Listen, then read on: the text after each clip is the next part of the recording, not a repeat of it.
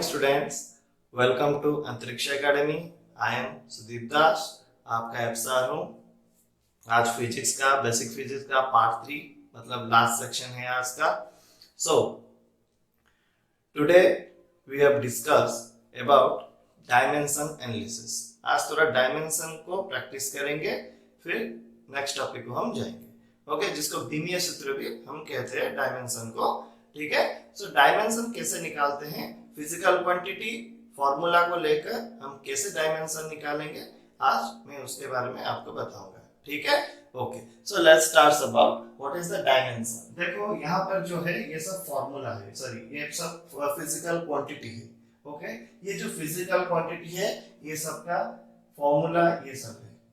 ठीक है, ये सब फिजिकल क्वांटिटी है, ये सब फॉर्मूला है उसका। फिजिकल क्वांटिटी फॉर्मूला को लेकर हम डायमेंशन में निकालेंगे।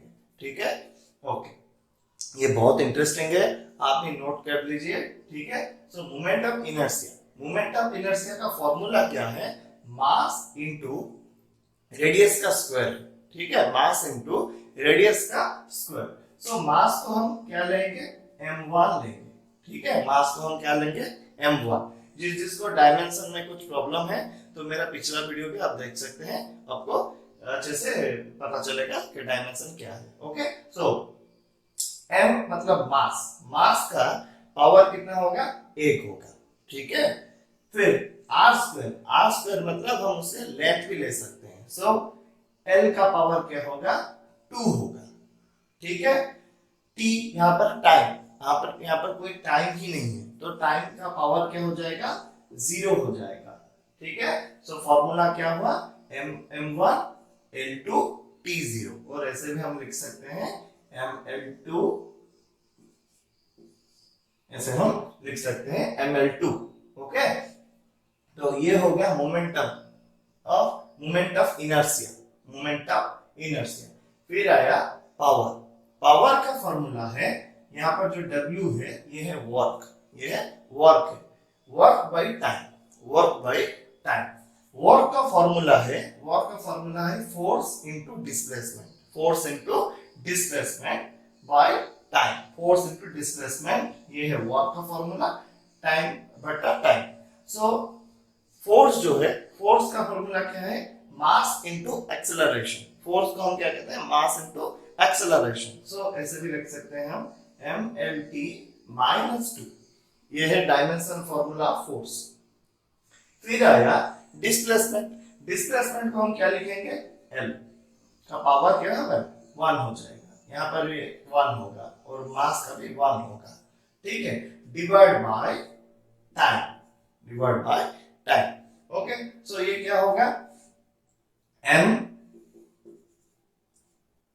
L2, क्योंकि यहाँ पर 1 है, यहाँ पर भी 1 है, हम ऐड कर देंगे और L1 ml2 हो जाएगा। फिर T, ये -2 है, उसका इसका पावर 1 है। ठीक है, ये इसका पावर 1 है और यहाँ पर -2 है, तो अगर ये इनवर्स होगा तो -2 -1 मतलब -3 हो जाएगा। ठीक है, तो ये है डायमेंशनल फॉर्मूला ऑफ पावर, मतलब ml2 T -3। ठीक है, समझ में आ गया। फिर आ गया वेलोसिटी, फिर आ गया क्या, वेलोसिटी। वेलोसिटी का फॉर्मूला है displacement by time, displacement by time.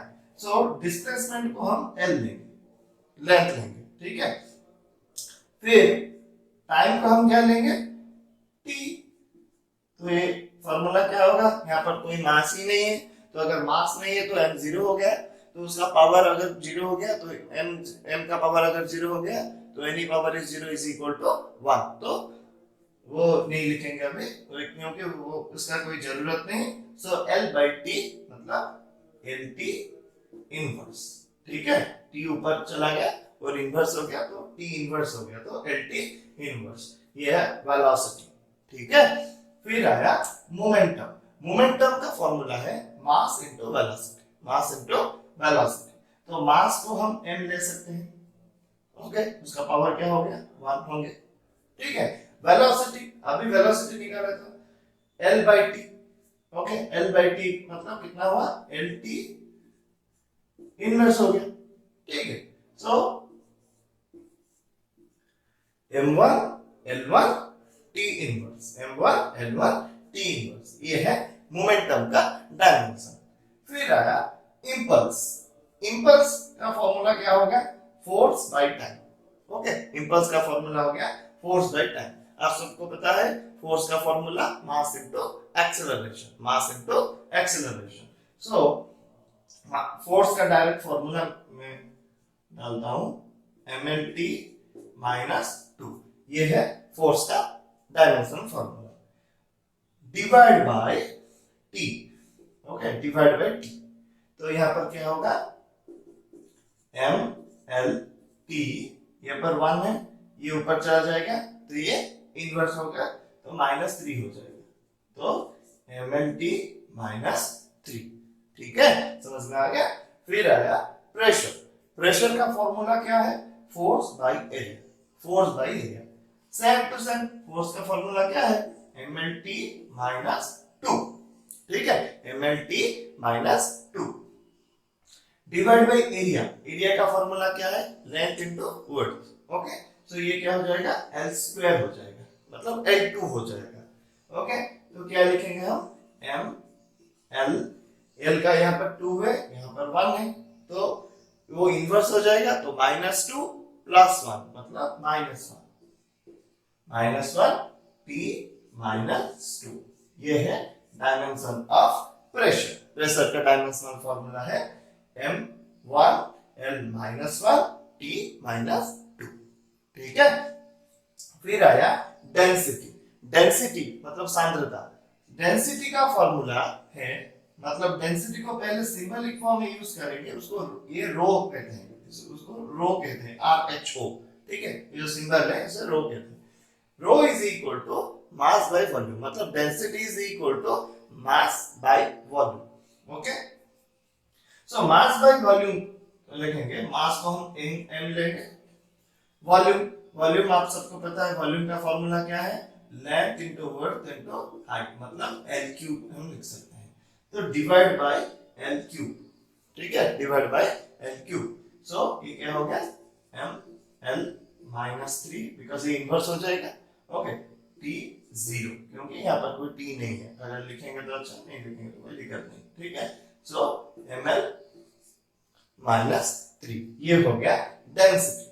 फिर आया last one work. Okay, work का फॉर्मूला क्या है? Force into displacement, Fx। तो फोर्स का आप सबको पता है फॉर्मूला मास इनटू एक्सेलरेशन, सो लिखेंगे mlt -2, ये है फोर्स हो गया, डिस्प्लेसमेंट l हो गया। ठीक है, सो यहां पर डायमेंशन फॉर्मूला क्या हो गया? तो ml2 t -2, ये हो गया आपका वर्क का डायमेंशन फॉर्मूला, ml2 t -2। ऐसे हम निकालते हैं डायमेंशन। आप सबको पता चल गया ये सब के बारे में। ये बहुत डायमेंशन, बहुत सारे डायमेंशन है, मैं आपको आज बेसिक ही पढ़ा रहा हूँ, इसलिए मैंने ये सब दिया। ऐसे ये सब फॉर्मूला को लेकर हम डायमेंशन फॉर्मूला निकालते हैं। ठीक है, समझ में आ गया? ये सब नोट कर लीजिए। ओके, फिर हम टॉपिक पढ़ेंगे थर्मोडायनेमिक्स। हम बेसिक थर्मोडायनेमिक्स के बारे में अभी पढ़ेंगे। ठीक है, सो हम अभी बेसिक थर्मोडायनेमिक्स के बारे में पढ़ेंगे। बेसिक थर्मोडायनेमिक्स का मतलब है जो कि टेम्परेचर के बारे में बता सकता है, जो कि उसका क्या क्या स्केल है। ओके, और स्केल को हम कैसे मेजर करते हैं और वो स्केल में क्या निकलता है, ये सब के बारे में हम थोड़ा बेसिक जानेंगे अभी, क्योंकि थर्मोडायनेमिक्स एक इंडिविजुअल चैप्टर है, मैं वो सब नहीं बताऊंगा, मैं थोड़ा बेसिक ही बताऊंगा जो कि आपको बहुत इजी लगेगा। ठीक है, जो कि फंडामेंटल है थर्मोडायनेमिक्स के बारे में।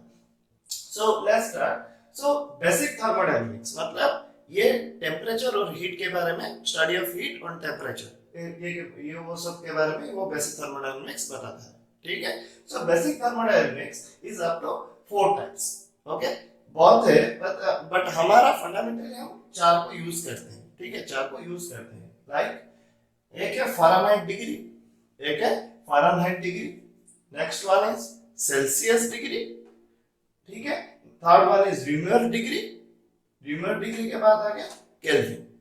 ओके, तो आप सब ने यहाँ पर एक मार्क क्या होगा, ये जो Fahrenheit degree, Celsius degree, reamer degree, kelvin जो लिखा है, यहाँ पर एक को छोड़ के बाकी सब डिग्री बोलते हैं उसे, ठीक है। जैसे कि फ़ारेनहाइट हो गया डिग्री, सेल्सियस भी हो गया डिग्री, रेमर भी हो गया डिग्री, बट केल्विन को डिग्री नहीं कहते, ठीक है। ये है मार्केबल पॉइंट, केल्विन को कभी भी हम डिग्री नहीं कहते हैं, क्योंकि ये एक इंटरनेशनल यूनिट है, इंटरनेशनली इसे यूज करते हैं। So it is not a kelvin degree, it is only kelvin, ठीक है। ये सिर्फ केल्विन ही कह सकते हैं उसे। So basically basic thermodynamics related to heat and temperature. Okay. So basically it is of 4 types: Fahrenheit degree, Celsius degree, Reaumur degree, Kelvin. And Kelvin is the international unit. IU. Okay. International unit. ठीक है. फिर 0 Kelvin. 0 Kelvin is the last temperature. जो Kelvin का है, Kelvin हमेशा आपको positive ही देगा, मतलब पॉजिटिव टेम्परेचर देगा, कभी भी नेगेटिव साइन नहीं होगा। ये कभी भी नेगेटिव साइन नहीं होगा, क्योंकि इसका लास्ट नंबर है 0। ओके, तो 0 के बाद आएगा माइनस। ओके, 0 के पहले माइनस होगा, फिर आएगा 0, ठीक है। तो 0 के नेक्स्ट क्या होगा? प्लस, मतलब यहाँ 0 ही लास्ट नंबर है। तो लास्ट नंबर अगर 0 होगा तो केल्विन कभी भी माइनस में नहीं होगा। पर अगर केल्विन को डिग्री सेल्सियस में कन्वर्ट कर सकते हो तो करोगे, तो फिर आपको माइनस नंबर आ सकता है। ओके, पर ओनली केल्विन को अगर देखेंगे तो केल्विन कभी भी माइनस नहीं होगा, ये हमेशा प्लस और 0 यही होगा, ठीक है। समझ में आया? फिर आया केल्विन। आप अगर केल्विन को, अभी एक एग्जांपल हम करते हैं। क्वेश्चन है व्हिच टेम्परेचर इज वर्क, यहाँ पर लिखा है कौन सा टेम्परेचर वर्क करेगा इन केल्विन। केल्विन के फॉर्म में कौन सा टेम्परेचर वर्कआउट करेगा? यहाँ पर ऑप्शन है -48 केल्विन, -245 केल्विन, 44 केल्विन, -8 केल्विन। ये 4 ऑप्शन है। सो आपको ये इसका आंसर क्या होगा? इसका आंसर होगा सी, 44 केल्विन। क्यों? क्योंकि ऑप्शन ए में -48 केल्विन दिया है। -48 माइनस तो कभी नहीं होगा, और बी में भी माइनस इन दिया है और डी में भी माइनस इन दिया है, तो माइनस कभी भी नहीं होगा इन केल्विन का। सो सी हो जाएगा आंसर उसका 44 केल्विन। समझ में आ गया आप सबको?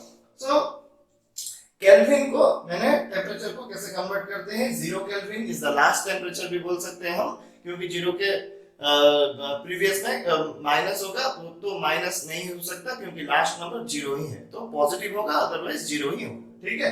सो अभी ये जो स्केल है, इस स्केल को like Fahrenheit degree, Celsius degree, Reaumur degree, ये सब को लेके हम एक फॉर्मूला हमारे पास है।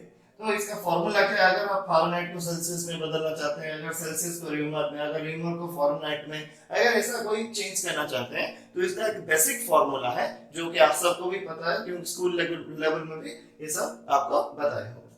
सो फॉर्मूला है F-32। ओके, अच्छे से याद रखना बच्चे। F-32 divide by 9, F-32 divide by 9 is equal to C by 5। मतलब यहाँ पर फ़ारेनहाइट से हो गया सेल्सियस, ओके, डिग्री सेल्सियस हो गया। C by 5 is equal to R by 4 is equal to R by 4। R का मतलब रेमर डिग्री हो गया, ठीक है। तो फर्स्ट फ़ारेनहाइट में अगर होगा तो F-32 by 9, अगर सेल्सियस में कन्वर्ट करना C by 5, अगर रेमर में अगर होगा तो R by 2। तो ये बेसिक फॉर्मूला है ये तीनों का, ठीक है। अगर आप रेमर से फ़ारेनहाइट, फ़ारेनहाइट से सेल्सियस, सेल्सियस से रेमर, अगर कैसे भी अगर आपको टेम्परेचर निकालना है तो ये हो जाएगा basic formula F-32 by 9 is equal to C by 5 is equal to R by 4। Okay, ठीक है। फिर हो गया, फिर आएगा केल्विन। फिर क्या आएगा? केल्विन आएगा। सो केल्विन का फॉर्मूला, केल्विन अगर डिग्री सेल्सियस में कन्वर्ट करेंगे तो केल्विन का डिग्री सेल्सियस का फॉर्मूला क्या है? Kelvin K is equal to C degree, और डिग्री C लिख सकते हैं हम। K is equal to C plus 273.15। ये डिजिट आप याद रखना, ठीक है। ये केल्विन में यूज होता है। 1 kelvin is equal to degree Celsius plus 273.15। अगर आपको डिग्री सेल्सियस में निकालना है केल्विन को तो ये हो गया formula Kelvin is equal to Celsius plus 273.15। ठीक है, तो एक एग्जांपल भी दिया है, देखो 0 केल्विन कन्वर्ट इनटू सेंटीग्रेड। हम 0 केल्विन को सेंटीग्रेड में कैसे कन्वर्ट करेंगे? तो पहले ये फॉर्मूला यूज करेंगे, K is equal to K के टाइप में क्या डालेंगे? हम 0 डालेंगे, तो K को हम 0 कर देंगे। 0 is equal to C plus 273.15। ठीक है, सो अगर सेल्सियस में अगर कन्वर्ट करेंगे डिग्री सेल्सियस में, और सेंटीग्रेड में अगर हम कन्वर्ट करेंगे, सेंटीग्रेड में क्या हो जाएगा? ये 273.15 आगे माइनस साइन रहेगा। ठीक है, आगे माइनस साइन रहेगा क्योंकि ये प्लस है, अगर यहाँ पर वो कन्वर्ट होगा तो ये प्लस क्या हो जाएगा? इज इक्वल के बाद माइनस हो जाएगा। सो डिग्री सेंटीग्रेड कितना है 0 केल्विन का? माइनस 273.15। ये है तुम आपका centigrade. 0 kelvin converted into centigrade का आंसर क्या हो जाएगा? डिग्री सेल्सियस में, सेल्सियस सेंटीग्रेड में माइनस 273.15। ठीक है, समझ में आ गया? ओके, देन ये होता है बेसिक पॉइंट। ओके, एक क्वेश्चन है in Fahrenheit and degree Celsius. ठीक है, क्वेश्चन याद रखना, in Fahrenheit and degree Celsius which value is equal. अच्छे से याद रखना, in Fahrenheit scale and degree Celsius scale which value is constant. उसका आंसर होगा -40। उसका आंसर क्या हो जाएगा? -40। आप सबको पता कैसे चलेगा कि -40 ही होगा? तो मैं प्रूव करके आपको दिखाता हूं कि -40 कैसे होगा। So -40 degree Fahrenheit is equal to -40 degree Celsius. Okay, so अगर प्रूव करेंगे तो पहले ये फॉर्मूला निकालना पड़ेगा। तो फॉर्मूला क्या है? f-32/9 is equal to c/5। ठीक है, ये सबको पता चल गया। तो f-32/9 is equal to c/5। क्योंकि ये r/4 यहाँ पर क्यों नहीं लिख सकते? क्योंकि ये फ़ारेनहाइट और सेल्सियस के बारे में ही पूछा है। ठीक है, तो फ़ारेनहाइट और सेल्सियस के बारे में अगर पूछा है तो ये फॉर्मूला हो गया f-32/9 is equal to c/5। So f के जगह हम क्या डालेंगे? -40 डालेंगे। f की जगह हम क्या डालेंगे? -40। -40 -32 divide by 9 is equal to c/5। Okay, हो गया। तो -40 -32 तो कितना हो गया? -72 divide by 9 is equal to c/5। ठीक है, सो अगर 9 का टेबल पे देखेंगे तो ये 8 हो जाएगा। ओके, सो हम सेल्सियस में निकालेंगे c इज इक्वल टू ये क्रॉस मल्टीप्लाई 8 5 जा 40 और आगे माइनस साइन रहेगा क्योंकि -8 साइन है। ठीक है, सो c इज इक्वल टू -40। ये हो गया प्रूफ। अगर फ़ारेनहाइट में अगर डालेंगे तो सेल्सियस में ये आएगा, अगर सेल्सियस में भी अगर डालेंगे तो फ़ारेनहाइट में ये आएगा। ठीक है, सो क्वेश्चन क्या था? In which Fahrenheit and Celsius scale which digit is equal. अगर ये क्वेश्चन है तो क्वेश्चन का आंसर क्या हो जाएगा? -40 डिग्री। ठीक है, याद रहेगा? Okay, it is called as the basic thermodynamics. ये है बेसिक है। ठीक है, और थर्मोडायनेमिक्स के बारे में बहुत सारा क्वेश्चन है, बहुत सारा थ्योरीज है, बट ये अगर आपने जान लिया तो आपको इजी होगा थर्मोडायनेमिक्स चैप्टर। ठीक है, तो ये है बेसिक थर्मोडायनेमिक्स। नेक्स्ट हम टॉपिक पढ़ेंगे यूनिट्स। नेक्स्ट टॉपिक हम पढ़ेंगे units. So system of unit. System of unit क्या है? सिस्टम ऑफ यूनिट के बारे में जानने से पहले फर्स्ट सिस्टम यूनिट कितना है देखो। पहले system of units will be discovered 2 countries. Okay, one is British and another one is France. French और ब्रिटिश ने पहले मेजरमेंट के लिए यूनिट्स निकाले। ठीक है, मेजरमेंट के लिए यूनिट निकाले। सो पहले ब्रिटिश ने पहले जो यूनिट निकाले उसको FPS कहते हैं। क्या कहते हैं? FPS। ओके, FPS का मतलब है फुट, P का मतलब पाउंड, S का मतलब सेकंड। Foot pound second. तो फुट क्या पर यूज होता है? जहां पर लेंथ आता है, जहां पर लेंथ आता है वहां पर हम फुट यूज करते हैं। पाउंड कहां पर? जहां पर मास आता है, वस्तु तो जहां पर आता है उसमें पाउंड हम लिखते हैं। तो फुट हो गया लेंथ, पाउंड हो गया मास। सेकंड आंसर को पता है वो है टाइम। ठीक है। सो ब्रिटिश साइंटिस्ट ने पहले एफपीएस मेजरमेंट निकाले। तो एफपीएस का मतलब है फुट पाउंड सेकंड। ठीक है। फिर आए ब्रिटिश के बाद आए फ्रेंच। फ्रेंच ने पहले निकाले सीजीएस सिस्टम। सीजीएस सिस्टम का मतलब है, सी का मतलब है सेंटीमीटर, जी का मतलब है ग्राम, एस का मतलब है सेकंड। ओके। सीजीएस का मतलब क्या है? सेंटीमीटर, ग्राम, सेकंड। ओके। ठीक है, समझ में आया? तो फ्रेंच ने पहले सीजीएस निकाला, सीजीएस सिस्टम। सीजीएस का मतलब है सेंटीमीटर, ग्राम, सेकंड। सीजीएस के बाद थोड़ा डेवलप किए वो, उसके बाद वो एमकेएस निकाले। एमकेएस, एमकेएस का मतलब है,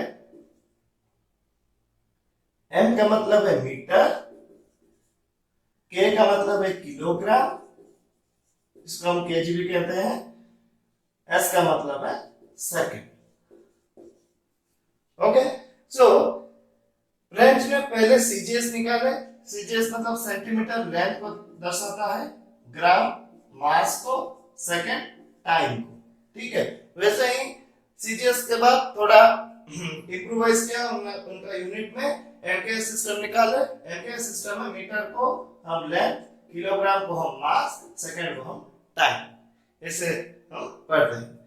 पर जब एमकेएस निकाले वो सब क्या है, थोड़ा टेम्पररी बेसिस हो गया, क्योंकि ये सब कंट्री में यूज नहीं हुआ। तो finally we use one unit which is basically system of international, मतलब इंटरनेशनली वो यूज हो गया। उसका नाम है एसआई यूनिट। इसका नाम है क्या? SI unit. मतलब पहले ब्रिटिश गवर्नमेंट ने एफपीएस को प्रोवाइड किया। ठीक है। एफपीएस का बाद मतलब फुट पाउंड सेकंड के बाद आया फ्रेंच ने सीजीएस को, मतलब सेंटीमीटर, ग्राम एंड सेकंड। फिर सीजीएस को इंप्रूवाइज किया एमकेएस। एमकेएस मतलब metre, kilogram and second. MKS के बाद आया इंटरनेशनली एक यूनिट जो कि बेस्ट यूनिट है, जो यूनिट को लेकर हम सब पढ़ते हैं और यूज भी करते हैं, जिसका नाम है एसआई यूनिट। ओके। इसे सिस्टम ऑफ इंटरनेशनल कहते हैं, इंटरनेशनल सिस्टम कहते हैं। तो ये पहले प्रोवाइड हुआ 1971 बाय सीजीपीएम, मतलब एक ब्रिटिश गवर्नमेंट ही है वो भी, जो कि 1971 में एक यूनिट निकाला जिसका नाम है एसआई यूनिट। मतलब एसआई यूनिट मतलब system of international. Okay, system of international unit. Okay, in 1971 in CGPM. ये याद रख लेना 1971 को, सीजीपीएम को। ठीक है। सो एसआई यूनिट के बाद अभी हम पढ़ेंगे फिजिकल क्वांटिटी। एसआई यूनिट में क्या होता है, सीजीएस में क्या होता है। ठीक है। ये मैंने टेबल भी लिख लिया, अभी आप टेबल भी देख सकते हैं, जो कि बहुत इजी से आपको याद हो जाएगा, और नोट भी कर लीजिए ये सबको। ठीक है। सो फिजिकल क्वांटिटी, तो फिजिकल क्वांटिटी पहले हम लेंथ को लेंगे। ओके, लेंथ को लेंगे। लेंथ का एसआई यूनिट हो गया यहाँ पर मीटर। ठीक है, लेंथ का एसआई यूनिट हो गया मीटर। पर सीजीएस यूनिट क्या है, सेंटीमीटर। सीजीएस यूनिट सेंटीमीटर, मतलब जहां पर कोई न्यूमेरिकल और कोई प्रॉब्लम है, अगर सेंटीमीटर को अगर मीटर में कन्वर्ट करने को कहा है, तो उसका मतलब है क्या, सीजीएस को एसआई में कन्वर्ट करने का। ठीक है। सो एसआई का यूनिट है मीटर, सीजीएस का सेंटीमीटर इन लेंथ। फिर आया टाइम। ओके, टाइम क्या है, टाइम का एसआई यूनिट है सेकंड, सीजीएस भी सेकंड ही होगा। ठीक है, वो ये भी सेकंड, वो भी सेकंड होगा। फिर आ गया वेलोसिटी। वेलोसिटी क्या हो गया, metre per second, metre per second, और सीजीएस में क्या हो गया, सेंटीमीटर पर second, metre per second, centimetre पर सेकंड। फिर आया एक्सेलरेशन। एक्सेलरेशन क्या हो गया, metre per second square, and CGS unit में क्या हो गया, सेंटीमीटर पर सेकंड स्क्वायर। फिर आया ऑसिलेशन फ्रीक्वेंसी। ऑसिलेशन फ्रीक्वेंसी कि आपका ऐसा यूनिट है हर्ट्ज। ओके, ऐसा फ्रीक्वेंसी का यूनिट है हर्ट्ज, और सीजीएस में यूनिट भी हर्ट्ज है। हर्ट्ज का मतलब है हर्ट्ज। फिर आया एंगुलर वेलोसिटी। एंगुलर वेलोसिटी मतलब रेडियन पर सेकंड। रेडियन पर सेकंड सीजीएस में भी क्या हो गया, रेडियन पर सेकंड ही होगा। फिर आया एंगुलर फ्रीक्वेंसी। एंगुलर फ्रीक्वेंसी मतलब सेकंड इनवर्स। ओके, वो क्या हो गया, सेकंड इनवर्स, और सीजीएस में भी सेकंड इनवर्स ही होगा। फिर आया फोर्स। फोर्स का याद रखना मुझे, फोर्स का एसआई यूनिट होगा न्यूटन। फोर्स का एसआई यूनिट क्या होगा, न्यूटन। और सीजीएस क्या, सीजीएस में क्या हो जाएगा, वो डाइन हो जाएगा। Okay, D Y N E, dyne. Okay, so ये याद रख लेना, physical quantity SI and CGS, मतलब ये वेरी वेरी इंपॉर्टेंट है, कहां पर क्या यूनिट यूज होता है, इसीलिए मैंने ये सब टेबल करके लिख लिया, आप सब नोट कर लेना। तो समझ में आ गया, length, time, velocity, acceleration, oscillation, angular velocity, angular frequency, force, mass का भी है, फोर्स का भी है, बस सब है, ठीक है, सबका यूनिट है, ठीक है। सो ये हो गया सिस्टम ऑफ यूनिट। ओके, ये basic point of system of unit, इसको लेकर हम फिजिक्स को जितना भी मेजरमेंट करते हैं, जितना भी यूनिट लिखते हैं, ये सब सिस्टम ऑफ यूनिट्स को लेकर हम लिखते हैं, ठीक है, समझ में आ गया। ओके, सो नेक्स्ट टॉपिक, थोड़ा हम न्यूमेरिकली फिजिकल क्वांटिटी हम जानेंगे कि फिजिकल क्वांटिटी और उसका वैल्यू कितना है। ओके, फिर नेक्स्ट पॉइंट में वैल्यू एंड उसका फिजिकल क्वांटिटी के बारे में जानेंगे। फिर हम पढ़ेंगे अभी unit, physical quantity, relation with SI unit. ये वेरी वेरी इंपॉर्टेंट है, ये बहुत एग्जाम में ये सब वैल्यू आता है, और न्यूमेरिकल में जो क्वेश्चन आता है उसमें ये वैल्यू अगर पुट करेंगे तो ही आंसर आएगा। तो ये सब वैल्यू याद रखना पड़ेगा, और ये यूनिट भी याद रखना पड़ेगा, जो कि बहुत सारे एग्जाम को आपको हेल्प कर सकता है, ठीक है। सो फर्स्ट यूनिट क्या है, astronomical unit, very very important. ये वन एस्ट्रोनॉमिकल यूनिट जिसको हम एयू कहते हैं, फिजिकल क्वांटिटी। फिजिकल क्वांटिटी में ये हो गया डिस्टेंस। ओके, फिजिकल क्वांटिटी में ये हो गया डिस्टेंस। सो पहले थोड़ा स्टार्ट कर देता हूं। यूनिट मतलब क्या है, यूनिट एस्ट्रोनॉमिकल यूनिट जिसको एयू कहते हैं, फिजिकल क्वांटिटी यहाँ पर डिस्टेंस है, और यहाँ पर जो रिलेशन विद एसआई यूनिट है, मतलब one astronomical unit is equal to 1.496 into 10 to the power 11 metre, ठीक है। इसका वैल्यू कितना है एस्ट्रोनॉमिकल यूनिट का, 1.496 into 10 to the power 11 metre, ठीक है। फिर आया लाइट ईयर। लाइट ईयर को भी फिर फिजिकल क्वांटिटी डिस्टेंस ही होगा, ठीक है, लाइट ईयर का भी फिजिकल क्वांटिटी डिस्टेंस ही होगा। So 1 light year is equal to 9.46 into 10 to the power 15 metre, 9.46 into 10 to the power 15 metre. फिर आया 1 parsec। parsec मतलब पार्सेलिक सेकंड। parsec का मतलब क्या होगा, पार्सेलिक सेकंड। पार्सेलिक सेकंड का भी फिजिकल क्वांटिटी क्या है, distance. Okay, so 1 parsec is equal to 3.084 into 10 to the power 16 metre, 3.084 into 10 to the power 16 metre 1 parsec का वैल्यू। फिर आया यार्ड। यार्ड भी फिजिकल क्वांटिटी डिस्टेंस ही होगा। 1 yard is equal to 0.9144 metre, 0.9144 metre 1 yard is equal to। फिर आया foot. Foot का भी फिजिकल क्वांटिटी डिस्टेंस ही होगा। 1 foot is equal to 0.3048 metre, 0.3048 metre. फिर आया इंच। इंच का भी फिजिकल क्वांटिटी डिस्टेंस ही होगा। So 1 inch is equal to 0.0254 metre, 0.0254 metre. फिर आ गया आपका मिली, और माइल जिसे कहते हैं माइल। माइल का फिजिकल क्वांटिटी डिस्टेंस है। So 1 mile is equal to 1609.344 metre, 1609.344 metre. ये हो गया आपका 1 माइल का वैल्यू, ठीक है। ये हो गया डिस्टेंस का, मतलब डिस्टेंस का बहुत सारा है, ये सब इंपॉर्टेंट है, ठीक है, ये सब इंपॉर्टेंट होगा आपके लिए। फिर आएगा next physical quantity. Okay, so next unit है टॉन। ओके, टॉन का फिजिकल क्वांटिटी है मास। फिजिकल क्वांटिटी मास है, रिलेशन विद एसआई यूनिट क्या होगा, 1 ton is equal to 907.1847 kg. 1 ton is equal to 907.1847 kg. फिर आया atomic mass unit, very very important. Okay, AMU जिसको हम बोलते हैं, एएमयू फिजिकल क्वांटिटी में इसका मास होगा 1 एएमयू का वैल्यू है 1.660565 into 10 to the minus 27 kg. 1.660565 into 10 to the minus 27 kg. फिर आया कैलोरी, कैलोरी भी मास का फिजिकल क्वांटिटी है। 1 calorie is equal to 4.186 joule, 4.186 joule. फिर आया हॉर्स पावर, हॉर्स पावर का फिजिकल क्वांटिटी है power. 1 horse power is equal to 736 watt, है ना, ठीक है। 1 horse power is equal to 736 watt. Okay, then 1 erg, 1 अर्क का फिजिकल क्वांटिटी है एनर्जी। 1 अर्क का फिजिकल एनर्जी है, ऐसा यूनिट क्या होगा 1 kilowatt hour, kWh। 1 kilowatt hour is equal to 3.6 into 10 to the power 6 joule, 3.6 into 10 to the power 6 joule.